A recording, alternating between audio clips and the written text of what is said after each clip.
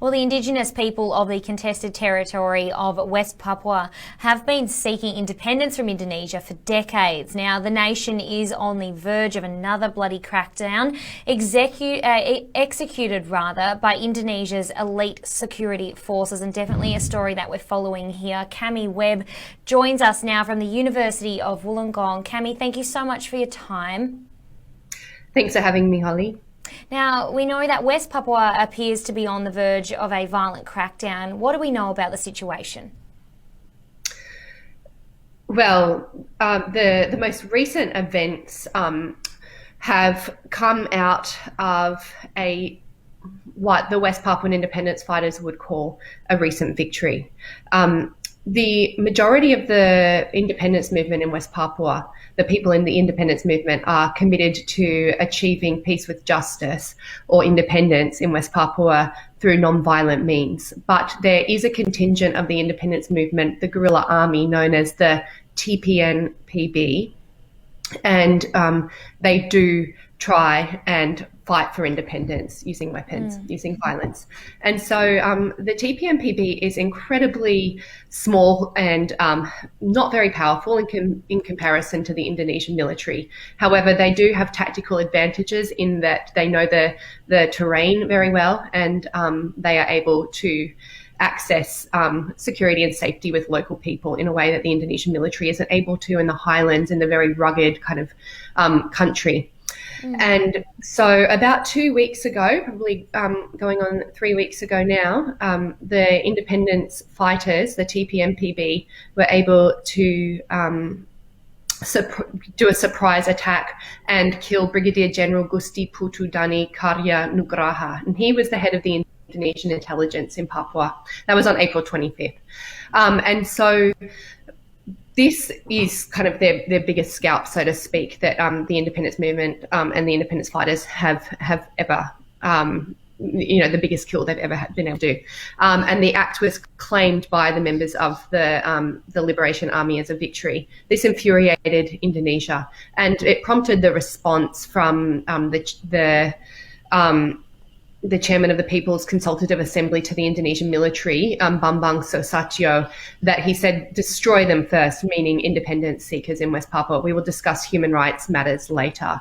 And the problem with this is that, as I stated previously, the majority of people in West Papua are seeking independence via peaceful means, and it's only a very small number who pursue this through violence. And so when the military is then, kind of unleashed to not worry about human rights, but basically to treat all West Papuan, Indigenous West Papuans who want independence, and that is the majority of West Papuans, when they've been told go ahead and eliminate this resistance, it means that they're targeting civilians, and that is incredibly dangerous, incredibly scary.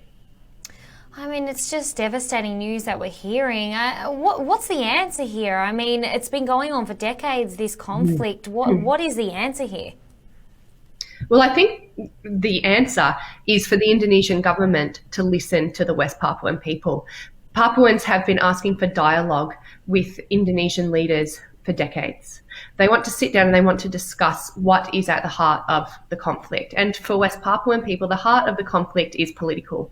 It's the fact that they, when the Dutch had colonized West Papua, they had also administered the Dutch East Indies, which was to become Indonesia separately. When Indonesia gained its independence, it wanted to take West Papua with it because they had both had the Dutch as a colonizer. Therefore, Indonesia thought it would make sense for West Papua to go along with Indonesia. Papuans wanted independence. The Dutch had actually prepared them for separate nation statehood. Indonesia wasn't going to let this happen, so it militarily occupied West Papua in 1962, and since then has had a very bloody regime and have been accused of committing genocide within West Papua, essentially. They're not prepared to let go of West Papua for various reasons. The primary reason is that West Papua contains the largest gold mine in the world, largest gold and copper mine. And although it's a US-owned mine, the mine pays huge taxes to the Indonesian government. and so the Indonesian government's loath to let go of it. Now, Papuans want political independence. They say we cannot stay within the Indonesian state and hope to survive as a people because of the indiscriminate killings, because of the land desecration, cultural destruction, rape, torture, and the list goes on. And so what successive Indonesian governments have tried to do is say, well, let's look at solving some of these problems using a development approach. That's the approach that Jokowi, the current Indonesian leader, is trying to establish within Papua, and it's simply not working. He's trying to build a highway across West Papua, the Trans-Papuan Highway, in the hopes that this would open up West Papua and to more economic opportunities and to try and solve some of the poverty in Papua. And Papuans are saying economics is not, are not kind of the baseline, are not the core or the crux of the problem. It's politics. Let's discuss the politics. We want our human dignity. We want our self-determination. We want to to be able to decide where we want to go as a people. Yeah, so, I mean, it's such a horrible, horrible situation. But how can you just describe what the world's reaction to this has been? I mean, particularly close regional neighbours like Australia and China, they responded to the ongoing crisis. But is there support here? Is there something that other countries could be doing to step in to help resolve this issue? I think it's certainly a matter for other countries to take on board and to put significantly stronger pressure on Indonesia to address the problem in West Papua. So Australia is spooked after East Timor, after it got involved in the East Timor conflict, when East Timorese voted for independence. That severely strained the Indonesian and Australian diplomatic relationship. Indonesia no longer trusts Australia, and Australia is eager to kind of not rock the boat, so to speak, and Australia does not want to get involved. So when West Papuans and advocates for justice and human rights within Australia try to lobby our government to get involved, the government goes, we are speaking to politicians within Jakarta, and they assure us that they're working on the human rights situation there. Something stronger needs to be done. Australia needs to stop training Indonesian military forces until they can prove that they do worry about human rights, and Australia needs to pressure the Indonesian government to get the military out of West Papua. Vanuatu is the country that has always had West Papua's back. It's the country whose government has said, we do not consider ourselves truly free, truly independent until the rest of Melanesia has been decolonized, and that includes West Papua. And so they've been prepared. Sorry, go ahead. Yes, no, I was just agreeing with everything that you're saying. I think it's definitely we definitely need to step in here and potentially do something. It just feels so inhumane what we're seeing unfold there. And I mean, even that comment to say that we'll worry about human rights later, even that in itself just makes me feel sick. We do have to wrap things up, Cami. I wish we could keep speaking about this, but I know you've written a book. Quickly, where can we find your book? Where can people get their hands on it?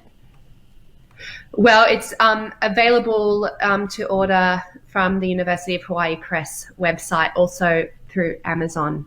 And I think that it will be available from June 30th, which is the official publication date. So you can visit the website of the University of Hawaii Press right now, look on Amazon and put in a pre-order. And in that I talk about in the book I talk about the increasing relevance and traction that the independence movement is gaining, and how it's doing so by making alignments with Indigenous and Black Lives Matter, Black rights movements throughout the world, and doing so through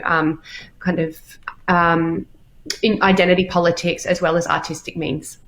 Great. Cami, thank you so much for giving us insight on this important issue. We'll speak with you again soon. Okay, thanks for having me.